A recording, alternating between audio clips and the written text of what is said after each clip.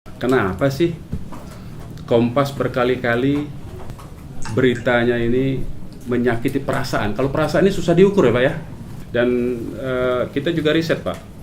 Itu rata-rata sehari Kompas itu memuat lebih kurang 10-15 berita. Kira-kira tiap 2,5 jam lah Kompas mengupdate berita itu. Menggempur. Iya, berita Serang ini. Menggempur dengan segala macam angel beritanya lah. Ya, dengan menggunakan framing humanisme, kemanusiaan. Kita ada penelitiannya, jadi kita pakai ilmiah lah ya. Jadi bukan sekedar perasaan sebetulnya. Kita studinya itu 5 hari itu berita 11 sampai 15 Juni itu kita kumpulin lebih kurang sekitar hampir 350-an. Dari itu kita punya punya analisis, banyakan yang negatif, yang merah ini loh. Negatif artinya ya tadi, nah ini pakai perasaan, menyakiti lah, menyinggung, dan kita lihat arahnya kok kepada peraturan. Kok Kompas sepertinya nggak suka sekali dengan peraturan yang disebut atau yang berlatar belakang atau yang dipersepsikan melindungi umat Islam. Tapi kok Kompas tidak pernah kita baca peraturan yang melarang pedagang jualan di hari Minggu di Papua. Kompas tidak pernah mengkritik pecalang-pecalang di Bali yang kadang-kadang melempari rumah penduduk, melarang orang sholat Jumat. Nggak pernah ada kritik dari Kompas. Bertahun-tahun itu sudah kita saksikan. Tapi begitu ada pedagang satu, ibu-ibu yang 3 punya warteg ya, wartegnya ada 3 tuh, outletnya, kalau istilah KFC itu outletnya, ada 3 itu di Serang itu, di blow up tiap 2,5 jam selama 5 hari itu. Nah ini kan ada pertanyaan kita, yang ujung-ujungnya framing beritanya, narasumber yang ditampilkan tuh juga tidak kompeten. Kita lihat Sophia Latjuba lah. Apa urusan Sophia Latjuba? Ngerti nggak dia dengan hukum? Ngerti nggak dia syariat Islam? Ngerti nggak kalau orang puasa itu harus dihormati? Jadi jangan dibalik-balik logikanya. Ini logikanya yang didorong itu seolah-olah orang yang puasa harus menghormati orang yang tidak puasa. Orang yang ibadah harus menghormati orang yang tidak ibadah. Orang yang tidak punya SIM, polisi harus menghormati orang yang tidak punya SIM. Jadi logika itu kalau dikembangkan berbahaya menurut saya bagi norma masyarakat kita loh Pak. Kalau itu diteruskan ya, berbahaya sekali. Orang yang tidak ikut aturan dijadikan pahlawan, sehingga itu akan membuat masyarakat akhirnya, ya kalau kita sih senang-senang aja Kompas mempelopor itu, berarti aturan di negeri ini gak usah kita ikuti toh. Ya kan? Kita senang saja kalau kita merasa tidak terikat, tapi karena ini yang dihajar adalah syariat Islamnya, apalagi Kompas menampilkan menggelari orang-orang intelektual muda NU. Dari mana gelar intelektual itu? Kan sebutan-sebutan Kompas saja memframing orang jadi intelektual muda NU lah, membuat jadi brutal organisasi yang sadis radikal lah. Itu kan maunya wartawan aja. Makanya hari ini kita sengaja bawa juga tim kita. Kita mau framing juga lah. Ya bukan artinya kalau soal framing itu kan kita juga bisa, agenda satang, agenda setting itu kita juga ngerti lah. Kita nggak bodoh-bodoh amat lah kira-kira. Kita paham lah itu semua. Tapi mbok ya janganlah keterlaluan. Maksud saya nanti masyarakat mempersepsi juga loh. Walaupun ada sebagian orang Islam yang membela Kompas ya nggak apa-apa, tapi tetap sebagian lagi akan mempersepsi Kompas mewakili bukan Islam, walaupun yang membelanya barisan di depan pagernya adalah Islam. Nah, apa mau Kompas dipersepsi begitu? Kompas, Komando Pastur, apa mau diulangi lagi seperti yang dulu-dulu lagi? Kan enggak, saya kira. Ini kan SARA jadinya. Kalau media sebesar Kompas ini justru mengarah kepada hal-hal yang demikian, ya jangan salahkan masyarakat, saya kira. Nah, kami ini, saya kira semacam alarm lah, ya. Jadi saya kira Kompas nggak perlu khawatir. FPI justru alarm sebetulnya, daripada kita diam masyarakat marah, tahu-tahu kejadian 98 diarahkan kepada SARA yang lebih gawat dari sekedar 98. Kalau 98 kan sekedar etnis tuh. Kalau diarahkan ke SARA bagaimana? Kalau masyarakat diam tiba-tiba meledak menjadi SARA agama. Kompas kalau dipersepsi tadi Komando Pastur jadi sasaran loh. Kita tidak menutup banyak. Kita tidak minta Anda membela Islam, enggak. Karena kita tahulah, enggak mungkin Anda begitu. tapi adil lah. Adil dan proporsional. Saya kira proporsional kita tahu lah menempatkan diri kita ini siapa. Kedatangan kita ini ingin meminta penjelasan tentang itu. Yang kedua, menghimbau sebetulnya bahwa ya jangan melewati garis batas lah. Proporsional dan profesional saja, adil lah begitu. Sebab adil itu siapapun, bahkan orang Islam pun dituntut adil terhadap yang non-muslim. Jadi saya tidak mau bicara teknis ya. Janganlah bicara teknis soal ibu itu begini, begini. Anda cerita tentang lapangan, nggak usah lah. Udah selesai bagi saya itu. Kalau kita debat fakta. Kita nggak usah debat fakta begitu. Kita ini, kalau dalam bahasa kita mau kebijakan redaksi, politik redaksi lah kira-kira. Ya, lebih kepada politik redaksi. Hampir semua di ruangan ini kan kita dibesarkan oleh buku-buku Gramedia, koran Kompas juga. Dan sebenarnya tahu sikap dasarnya Kompas, meskipun kadang-kadang kita bisa melihat kok ada geser-geser. Tapi pada dasarnya yang saya mau sampaikan adalah kami dalam perjalanan menerbitkan koran Kompas, menerbitkan buku, menerbitkan segala hal itu kan janganlah biarkan kami jalan sendirian. Kami itu butuh ditemani. Teman itu bisa memuji kami, memberi masukan tentang kemungkinan melencengnya kami. Justru di situ sikap dasar dari pendiri kami kan memang harus berteman kepada siapapun. Bukan untuk cari muka, tetapi memang kita juga harus tahu kemauan dan kepentingannya teman-teman itu.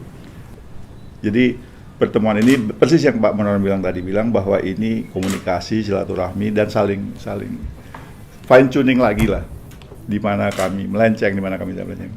Jadi terima kasih atas segala keterangan yang disampaikan Pak Munarman. Lalu tentu Pak Munarman dan teman-teman menyadari juga kami punya idealisme, tapi juga punya bisnis. Barangkali disitulah kami harus bermain secara baik. Jangan gara-gara bisnis meninggalkan idealisme yang tidak adil tadi, yang menyakiti sebelah pihak dan lain-lain. Itu bukan mau kami tentu. Nah, dalam konteks kasusnya 8 Juni, peristiwa 8 Juni, ibu saya ini di razia, saya kira ada berita, ada efek berita. Mudah-mudahan grafiknya Pak Munarman tadi masih mencampurkan antara efek gaung berita tadi dipisahkan, masih bercampur dengan berita itu sendiri. Jadi Pak Munarman atau teman-teman bisa mengenal kami lebih dekat, bahwa benar bahwa kami nggak punya niat jahat itu kelihatan lah, terasa oleh teman-teman dari FPI bahwa kami nggak punya niat jahat. Di Kompas dan itu kan juga punya sebenarnya ombudsman yang selalu mengontrol politik pemberitaan, sesuatu yang kebablasan. Kalau memang dirasakan ini sudah kebablasan, sudah melukai perasaan, ya kasihlah tahu SMS saya cukup kebablasan lah. Jadi lebih cair, lebih enak, sehingga komunikasinya pun tidak harus seakan-akan ada perang, ada apapun juga. Ini kan problem silaturahim saja gitu. Reporter kami di lapangan juga berangkat ke lokasi itu bersamaan dengan wartawan lain atas informasi dari Satpol PP Serang. Jadi itu betul-betul murni peristiwa di lapangan, bukan didesain di rapat redaksi. Kami adalah satu-satunya televisi yang menyiarkan secara langsung sholat tarawih dari Masjidil Haram sudah tahun ke-5 ini. Bahwa tadi ada himbauan mungkin kebablasan di tengah cara kami, rutinitas kami jadikan betul pelajaran gitu kan. .com ini ternyata punya sifat yang agak ajaib, Pak. Jadi ya karena dia berita pendek pun sudah jadi berita gitu. Barangkali dia punya kendala dan hal-hal yang saya pun gaptek dengan itu. Saya kira lalu efek dari pemberitaan yang hanya tanggal 8 Juni dan sebuah video pendek di beritanya Kompas TV dan tiga TV lain kan, itu di dunia.com dikembang-kembangkan. Yang saya bilang tadi adalah ada berita, ada efek berita. Saya kira dua hal yang harus terpisah, di mana yang efek berita itu justru dia gaungnya begitu kuat dan kami itu bukan kendali kami gitu. Saya mau cerita dikit nih pengalaman dengan Kompas pribadi ya. Saya pernah mau pasang iklan nih, bukan minta diliput berita ya. Pasang iklan bayar dengan biro iklan 2012 tuh. Waktu itu kasus pengambil alihan Indosiar ke SCTV. Saya pasang iklan atas nama masyarakat pemerhati frekuensi publik. Waktu itu meminta supaya tidak ada penguasaan frekuensi publik di tangan kelompok tertentu, kan begitu kan. Saya mau pasang iklan, udah bayar duitnya dengan ini, udah oke, biro iklan yang di lapangan. Begitu masuk ke, saya nggak ngerti, tiba-tiba ada pembatalan. Ada pembatalan, nggak bisa iklannya, nggak bisa dipasang. Kok nggak bisa? Ya pokoknya alasan teknis lah. Saya ganti nama, saya jangan masukin, saya bilang. Nama Munarman nggak usah, dihapus saja. Ganti nama yang lain. Bisa. Jadi saya itu punya pengalaman yang begitu loh dengan Kompas. Jadi kalau teman-teman Kompas memberi ruang kepada kelompok seperti Munarman, begitu, pada faktanya yang bisnis saja tidak bisa gitu loh.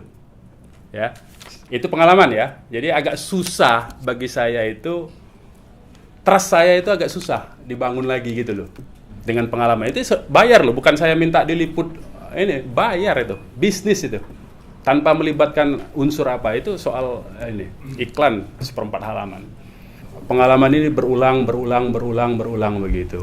Nah, kami ini juga kalau tadi dikatakan mewakili publik, Kompas itu mengangkat itu karena dibicarakan publik tadi, ya kami datang ke sini juga karena mewakili publik juga. Ada publik yang tidak suka loh. Mereka tuh marah betul, tapi saya lihat kemarahan ini kalau tidak disalurkan bisa repot, memendam begitu, jadi bara api di bawah begitu kan. Nah, akhirnya ya saya inisiatif, udah kita komunikasi aja. Bahwa saya tidak komunikasi lewat SMS, saya menghindari karena saya nggak mau difitnah, karena banyak sekali fitnah. Ini aja datang sini, kasih aja nasi kotak, kasih aja THR, kasih aja, menghina sekali menurut saya itu. Komunikasi yang begitu itu menurut saya penghinaan lah, menganggap orang-orang FPI itu orang pengangguran, miskin, nggak ada kerjaan, tukang recok, tukang rusuh begitu. Tapi kalau Anda bikin peliputan di Bali, wawancarai warung yang ditutup selama nyepi itu, lalu mereka berkomentar, bila perlu ada lagi sumbangan yang seperti di Serang, kita mungkin nggak protes. Oh, berarti adil nih. Berarti bukan cuma Islam doang nih, kira-kira seperti itu kalau bahasa kitanya. Nah, ini kenapa gencar di bulan Ramadan, tapi di hari-hari besar yang lainnya enggak. Jadi kalau mau angkat keadilan, dianggap ini menyalahi kemanusiaan, humanisme, sebetulnya ya kalau kita mau ikut agama, menjadi pemeluk agama, ya memang pahit rasanya, tapi akan nikmat nanti di akhirat. Nah, oleh karenanya saya sangat kami ini kan pendakwah gitu. Dengan adanya pemberitaan di Kompas seperti ini, kami dari awal sudah mau ini sebetulnya, cuman kan karena coba kita tampung dulu dari masyarakat seperti apa, yaudah kita datengin. Daripada nanti masyarakat yang datang kan nggak baik gitu. Jadi biar kita datengin, kita dialog, kita diskusi, semoga ke depan tidak terjadi lagi.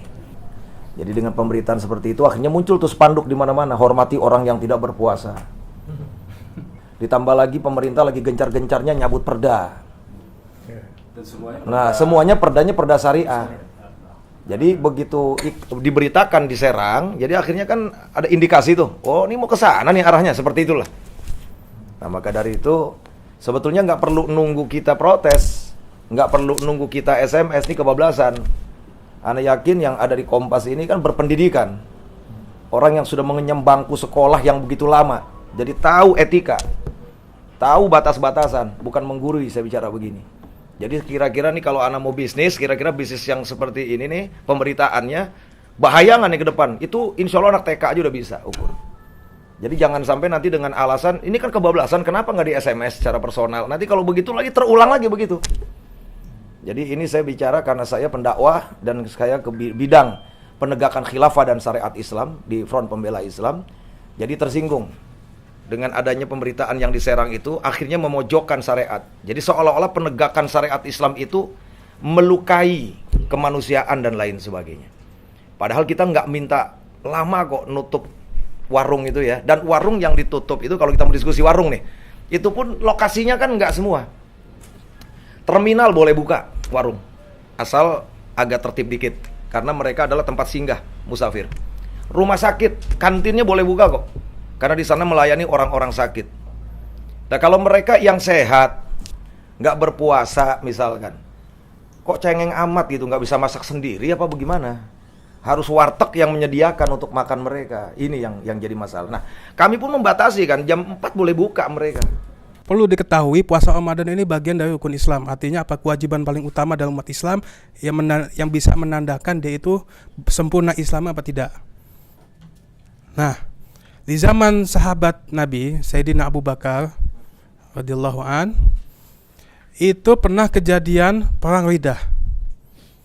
Ya, ini perang di mana Sayyidina Abu Bakar itu memerangi orang yang menentang bayar zakat. Zakat termasuk rukun Islam juga. Artinya hal-hal begini nggak main-main. Nah kan kita nggak mau main perang-perangan, bukan ini kita nih hukum, kita mau bersaudara. Nah, cuman buat umat Islam ini sensitif betul karena ini rukun Islam. Jadi memang kalau kita justru malah niat baik kita untuk supaya bagaimana Kompas ini jangan sampai masyarakat meledak, Kompas akhirnya kena masalah. Berkali-kali kami korban selalu dijadikan korban ketidakadilan daripada pemberitaan. Ketika lawan-lawan kita ataupun mereka yang berseberangan dengan kita itu bikin demo hanya 40 orang, 50 orang live siaran langsung di beberapa TV, tapi kita sudah ratusan ribu bahkan jutaan. Itu kita padatin juga sama, nggak pernah masuk TV. Nah, di zaman Nabi Musa itu ada seorang wanita cantik. Dia datang pada Nabi Musa, "Wahai Nabi Allah, saya ini banyak dosanya. Saya melakukan dosa yang gede. Tolong mintakan ampun pada Tuhan." Nah, kata wanita itu, "Saya berzina. Habis itu saya hamil. Habis hamil aku ngelahirin. Habis ngelahirin aku matiin itu bayi." Maka Nabi Musa marah besar. Diusir wanita itu. "Haram jadah kamu, ini dosanya gede, nggak bakal diampuni oleh Allah." Ya, saya yakin kalau wanita itu kejadiannya di Palmerah, pasti Kompas TV akan memblow up besar-besaran tuh. Wanita yang berzina dan membunuh hasil anak berzinanya, ya. Koran Kompas saya kira akan masukkan ke headline. Tapi kata Jibril, ada yang lebih gede dari itu dosanya, yaitu apa? Kata Jibril, orang yang sengaja meninggalkan sholat, itu lebih gede dosanya. Demikian juga sengaja meninggalkan puasa, itu lebih gede dosanya. Jadi jangan dianggap enteng, jangan dianggap sholat itu asasi, sholat itu boleh, nggak sholat juga boleh. Puasa boleh, nggak puasa juga boleh. Harus dihormati. Nah ini kan bahaya. Seingat saya dulu waktu masih SD di Pasuruan, kampung saya orang Pasuruan, itu ada edaran dari wali kota. Saya kira di kota-kota lain sama, yaitu hormatilah bulan puasa, warung buka jam sekian sampai sekian, jam sekian tutup atau tidak boleh buka. Dan itu tidak ada yang mempersoalkan. Kok kenapa di era sekarang ini, di zaman Jokowi ini, tiba-tiba muncul hal yang aneh, justru mempersoalkan yang benar, gitu, yang melindungi umat kita supaya khusyuk, ya, tenang di dalam ibadahnya, gitu. Seharusnya kita bersyukur kepada Satpol PP, kepada Bupati. Kan kalau dulu yang gitu-gitu FPI, dan itu dibully kan dulu kan. Nah sekarang FPI sudah mengurangi yang gitu-gitu. Biarlah dikerjakan oleh Pemda, dikerjakan oleh Satpol PP, dikerjakan oleh polisi. Lah sekarang Satpol PP-nya yang dibully. Maunya apa ini? Hah? Maunya apa? Saya ingatkan pada suatu hadis bahwa ada malaikat diperintah oleh Allah untuk mengazab satu kaum karena kaum itu udah maksiat semua. Pas malaikat turun, di situ masih ada yang sholat satu orang. Malaikat balik lagi pada Allah. Ya Allah, ini masih ada yang sholat nih, bagaimana?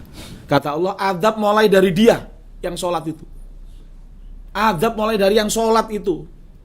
Karena apa? Yang sholat diem, tidak mengingatkan, tidak melakukan nahi mungkar. Padahal nahi mungkar itu hukumnya wajib. Jadi kalau bapak-bapak dari Kompas, tolong persepsinya, ya, berempati kepada FPI misalnya atau siapapun umat Islam yang melakukan nahi mungkar. Nah, tolong dicek di Quran itu, ya.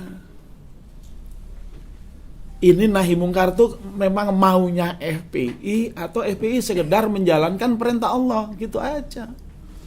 Kalau maunya FPI biar ngetop, biar ini, ya saya kira udah batal amalannya FPI. Gitu.